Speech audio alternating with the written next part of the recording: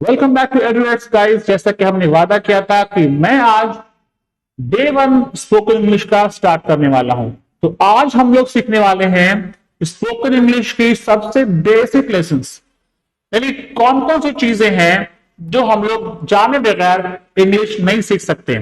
जैसे कि आप देख सकते हो स्क्रीन पे, day one of spoken English. And आज इसमें हम लोग जानेंगे इंग्लिश ग्रामर और बेसिक्स ऑफ अ लैंग्वेज के बारे में। सो लेट्स सी क्या क्या चीजें आपके लिए बहुत ज्यादा जरूरी है और हम आज कैसे कैसे इंग्लिश सीखने वाले हैं। आपको मैं बेसिक ग्रामर का आइडिया दूंगा, सो लेट्स अंडरस्टैंड देम। लेकिन इससे पहले इंग्लिश क्या है, इंग्लिश के बारे में एक छोटा सा मैंने फुल फॉर्म बनाया है। तो देखते हैं हम लोग कि आखिर इंग्लिश क्या और कैसा लैंग्वेज है। इंग्लिश लैंग्वेज की हालांकि बहुत सारी खूबियां हैं, उसमें से कुछ खूबियों को मैंने यहां लिस्ट आउट किया है। जैसे कि आप देख सकते हैं, इट्स इजिएस्ट लैंग्वेज, ये one of the easiest language है गाइज, और ये दुनिया में बाकी भाषाओं से बहुत आसान है। ये वजह है कि बहुत से लोग इसको आसानी से सीख पाते हैं, राइट। सेकेंडली, आप अगर देखें तो ये लैंग्वेज आज के लोगों की जरूरत है। आज जिस तरह की डिमांड है उसके हिसाब से ये एक बहुत ही इंपॉर्टेंट नीड बन गई है। Similarly, G for global language, ये एक ग्लोबल लैंग्वेज है। आज आप हर जगह देखें इंग्लिश बोली जा रही है। इट्स ऑल्सो लिंगुआ फ्रैंका, ये एक्चुअली फ्रेंच भाषा में ली गई है। लिंगुआ फ्रैंका दैट मीन्स आम लोगों की भाषा, आवाम इसको बोल रही है, इसका इस्तेमाल कर रही है, तो ये लैंग्वेज बढ़ रही है। इन्फ्लुएंशियल लैंग्वेज, इसके जरिए आप किसी को काफी इंफ्लुएंस कर सकते हैं। And it is fast language, it's fast that you can speak with higher rate of speech. It's also historic language, और इसकी एक अच्छी हिस्ट्री है। However, ये लैंग्वेज डायरेक्ट एक लैंग्वेज नहीं बनी, it has a long history, और इसकी हिस्ट्री में आप जाओगे तो मालूम चलेगा कि ये लैटिन, फ्रेंच और ऐसे ही बहुत सारी भाषाएं हैं उससे मिलके बनी है। अब हम लोग बात करेंगे इसकी इसकी फीचर से खूबियां मैंने ए से लेकर जेड तक बयान कर दी। आप देख सकते हो, ए फॉर अडेप्टेबल लैंग्वेज है, ब्रॉड है, कम्युनिकेटिव लैंग्वेज है। इससे पहले इंग्लिश सीखें तो इंग्लिश कैसे सीखें? क्या ग्रामर से इंग्लिश सीखें? क्या ग्रामर जरूरी है? अगर जरूरी है तो कितना? क्या ये बिल्कुल जरूरी नहीं है? सबसे पहला क्वेश्चन यही है कि क्या ये जरूरी है भी या नहीं। Is grammar necessary for learning English और not? So my question, a lot of people say that grammar is not necessary. कुछ कहते हैं ग्रामर बहुत जरूरी है। तो क्या है रियलिटी? गाइज, ग्रामर जरूरी है, बट ग्रामर का ये मतलब नहीं होता कि आप उसको बुक से पढ़ें, राइट। ग्रामर का ये बिल्कुल भी मतलब नहीं होता कि आप उसकी डेफिनेशन याद करें। ग्रामर जैसे एक 2 साल का बच्चा सीखता है, वैसे ही आप ग्रामर सीखना है। क्या छोटा बच्चा ग्रामर नहीं सीखता है? पहले वो टूटे फूटे वर्ड्स बोलता है, फिर धीरे धीरे उसमें सुधार करता है। उसे पानी चाहिए तो बोलता है सिर्फ पानी, फिर बोलता है पानी दो, पानी दे, पानी दीजिए, ऐसे करके सुधार करता है, ठीक है। तो इसी तरह से आप भी ग्रामर सीखते हैं, and you learn like a small child. लेकिन वो ग्रामर आप पढ़ के नहीं सीखते हैं, वो कोई किताब पढ़ कर नहीं सीखते हैं, आप प्रैक्टिकली ग्रामर को सीखते हैं। And of course we need grammar practically, we need to learn it. वो हम सीखेंगे कैसे? वो प्रैक्टिस के जरिए सीखेंगे। थोड़ा सा सीखना है और उसके बाद उसकी प्रैक्टिस करनी है, राइट। फिर सीखना है, फिर प्रैक्टिस करनी है। ऐसे करते करते हम अपनी ग्रामर को स्ट्रांग बनाएंगे, क्योंकि ग्रामर जरूरी है। अगर ग्रामर आपकी सही नहीं होगी तो आपकी जो इंग्लिश है वो प्रोफेशनल नहीं लग सकती। रिटन इंग्लिश में प्रॉब्लम्स होंगी, भले ही आप बातचीत तो कर लोगे, स्पोकन इंग्लिश के लिए बहुत हद तक काम चल जाता है, बट आपकी बात अगेन कंफ्यूजिंग होगी। इसलिए grammar is important. And for example, अगर मैं कहूं आई इज गोइंग, तो क्या लगता है कि ये सही है, काम चल जाएगा? नहीं चलेगा। आई इज गोइंग कभी मैं बोल सकता ही नहीं हूं, बिकॉज मेरी प्रैक्टिस वैसे है ही नहीं। तो जो जो लोग कहते हैं कि जो इंग्लिश बोलते हैं, स्पोकन इंग्लिश पढ़ते हैं, वो गलत इंग्लिश बोलते हैं, ये भी गलत बात है। वो इंग्लिश सीख कर ग्रामर के हिसाब से ही बोलते हैं, क्योंकि रॉन्ग इंग्लिश बोली ही नहीं जा सकती है। रॉन्ग इंग्लिश वही बोल सकता है जिसने वाकई कुछ नहीं पढ़ा हो, बस वो वर्ड्स का इस्तेमाल करना स्टार्ट करता है, तो वो भी सही है। बाद में फिर उसे ग्रामर सीखना पड़ेगा फॉर बीइंग गुड स्पीकर। आप कभी भी ही आर कमिंग नहीं कह सकते। आई एम गो ऐसे कहोगे that will have a different meaning, that will have confusion कि आई एम गो का क्या मतलब होता है। आइदर आई एम गोइंग और आई गो। तो इसीलिए आपको ग्रामर सीखना बहुत जरूरी है। सो लेट्स अंडरस्टैंड क्या क्या सीखना है। क्या ये सब सीखना है? Grammar seems to be very confusing. क्या क्या पढ़े, कितना पढ़ना है? There is a library for that. पूरा नहीं पढ़ना है। लाइब्रेरी में घुस गए और किताबें निकाली ग्रामर की और सब पढ़ना शुरू कर दिया। कम ऑन गाइस, आपको मोटी मोटी किताबें नहीं पढ़नी है, आपको एब्रिज ग्रामर पढ़ना है जो इस्तेमाल है इंग्लिश बोलने में या लिखने में। और जब धीरे धीरे आपकी ग्रामर बोलने के लिए काफी हो जाती है, तो उसके बाद आप फर्दर ब्रशअप करने के लिए ग्रामर को और सीखें और उसका फिर इस्तेमाल करें। ज्यादा ग्रामर का इस्तेमाल बोलने में नहीं है। थोड़ा ग्रामर जब आप जानते हैं तो उतने में भी आप अच्छी इंग्लिश बोल सकते हैं। बोलने के लिए काफी है, बट फॉर अंडरस्टैंडिंग पीपल आपको थोड़ा और ग्रामर सीखना पड़ेगा। For being a good writer और सीखना पड़ेगा। एंड नाउ तो हम लोग क्या पढ़ेंगे? अब्रिज्ड ग्रामर। हम लोग पढ़ने वाले हैं अब्रिज्ड ग्रामर, यानी शॉर्ट में ग्रामर को पढ़ेंगे। इतना जितना हमें शुरुआत में बोलने के लिए इंपॉर्टेंट है। और जैसे जैसे हमें इंग्लिश बोलना आता जाएगा, वैसे वैसे हम लोग ग्रामर को अपनी बढ़ाते जाएंगे। जैसे बेसिक जो ग्रामर है जो अक्सर आप पढ़ते हैं, but you don't learn them in the right way, कि कैसे उसका इस्तेमाल करना है बोलने में, वो नहीं सीखते आप। सीखना वही है हमें, जैसे पार्ट्स ऑफ स्पीच बचपन से पढ़ते आ रहे हो आप, but you don't know how to use them, कोई फायदा नहीं है। So I'll teach you the parts of speech and other like noun and pronouns, adjective verbs, ये सब सिखाऊंगा मैं, बट ऐसे जैसे कि आप उसका इस्तेमाल कर पाओ। उसके अलावा प्रेपोजिशन भी इंपॉर्टेंट चैप्टर है और ये भी बताऊंगा मैं, क्योंकि ये कॉम्पिटिटिव पॉइंट ऑफ व्यू से बहुत इंपॉर्टेंट है। And also it's very important for speaking as well as writing. Tenses, या टेंस के बिना तो आप बोल नहीं पाओगे। टेंस आपको सीखना ही है, एंड सबसे ज्यादा आप फोकस करना है, टाइम लगाना है, वो है आपका टेंस। सिमिलरली मॉडल वर्ब एक इंपॉर्टेंट चैप्टर है, इससे इंग्लिश आपकी और ब्रशअप हो जाती है। एंड इंफिनिटिव्स, इसी तरह से imperative, gerund, conditional, sentences, voice, narration, and ऐसी बहुत सारी और टॉपिक्स है जो मैंने यहां नहीं मेंशन किया है। ऐसे बहुत सारे एडवांस स्ट्रक्चर्स हैं जो मैं आपको पढ़ाऊंगा इंशाल्लाह। And I will cover the whole of the grammar but gradually. Rome was not build in one day. Rome यानी एक दिन में कुछ नहीं हो सकता। It will take time, and of course knowledge takes time to come, right. बगैर vocabulary के आपकी इंग्लिश ब्रश अप नहीं हो सकती। You will not be able to be very good speaker, because vocabulary ऐसे ऐसी हैं कि अलग अलग सिचुएशन में अलग अलग वोकैब्स हैं। बात वही है, अलग अलग वर्ड्स हैं। इसमें आपको समझना पड़ता है रूट वर्ड्स क्या है, प्रीफिक्सेस क्या है, यानी कौन से वर्ड बेसिक रूट वर्ड है, मतलब जड़ वाले वर्ड नहीं।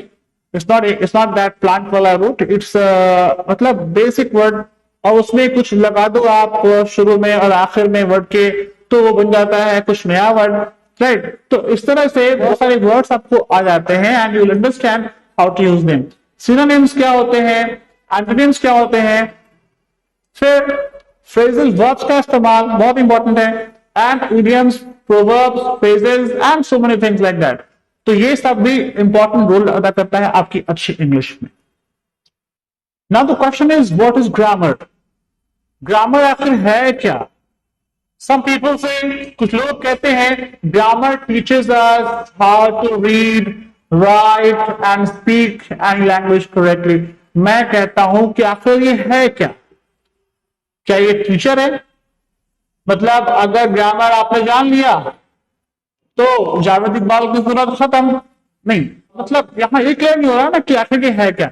Grammar is actually study of what, of rules of a language. Study है ये एक फील्ड ऑफ स्टडी है किस चीज को स्टडी करने का, किसी भी लैंग्वेज के रूल्स को स्टडी करने का, ये एक्चुअली एक स्टडी है, राइट।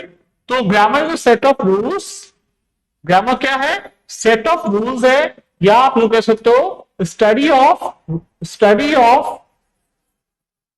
ठीक है, study of rules, right, how words are to be used in English. Rules of a language. ये भी आप कह सकते हो grammar is a set of rules which governs a language.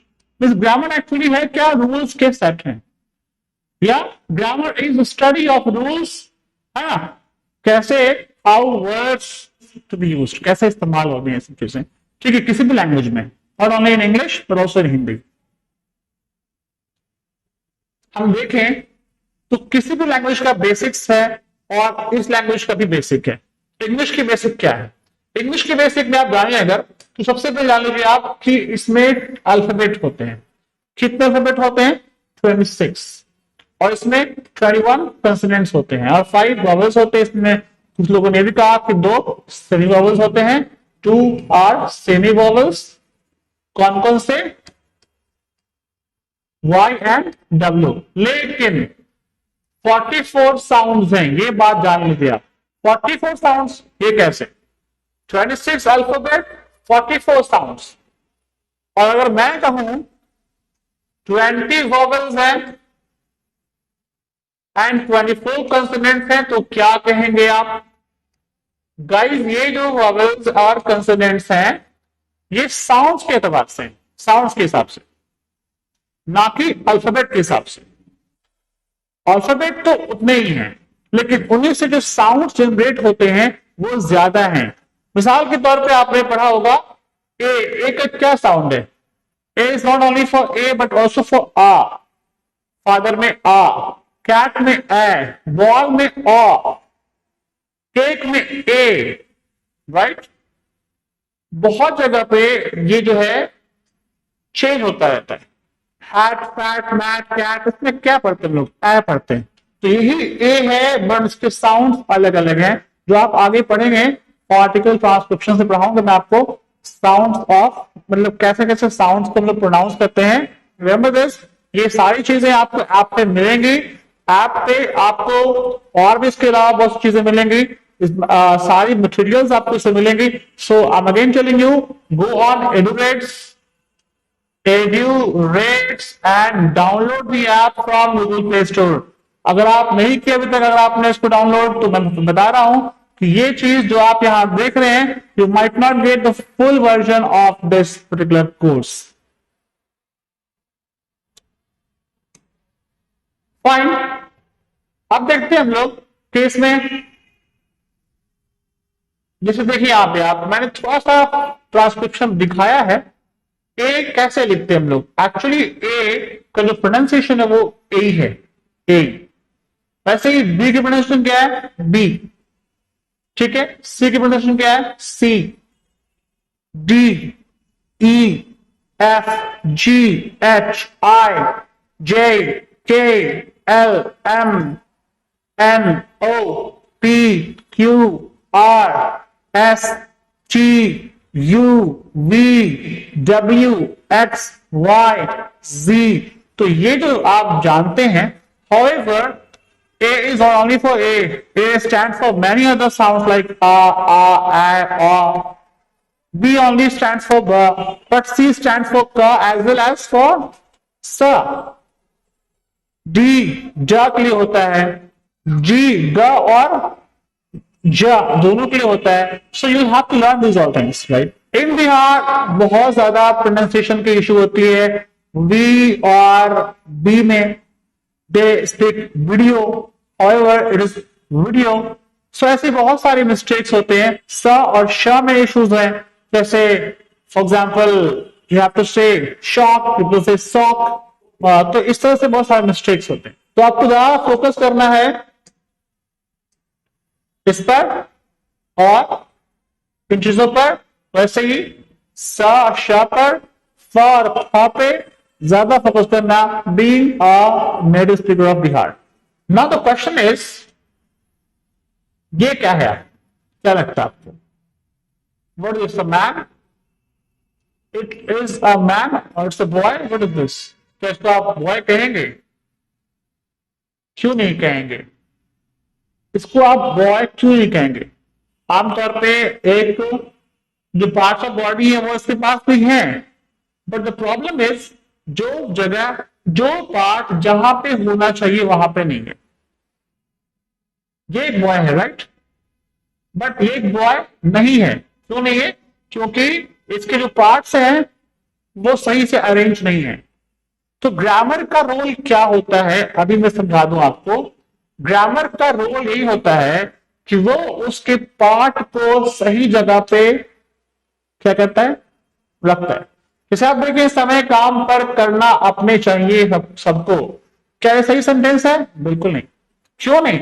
Because इसमें जो वर्ड्स हैं वो सही जगह पे अरेंज्ड नहीं है, और इसीलिए ये सेंटेंस सही नहीं है। यानी ये ग्रामर के हिसाब से नहीं है।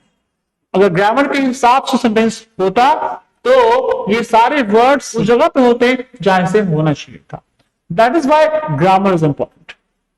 तो ये आपके ग्रामर की इंपॉर्टेंस बताता है। अभी होना क्या चाहिए था? होना चाहिए था सबको अपने सबको काम अपने समय पे करना चाहिए। सबको काम अपने समय पर करना चाहिए। अगर ऐसे नहीं बोलेंगे आप तो ग्रामेटिकली क्या हो जाएगा? गलत। इस तरह से ग्रामर आपको हेल्प करता है कि कौन से वर्ड्स को कहां आप रखें। तो मतलब क्या हुआ कि इंग्लिश में एक फॉर्मेट है, कि हिंदी में एक फॉर्मेट है, इसके जरिए हम लोग वर्ड्स को क्या करते हैं? अरेंज करते हैं।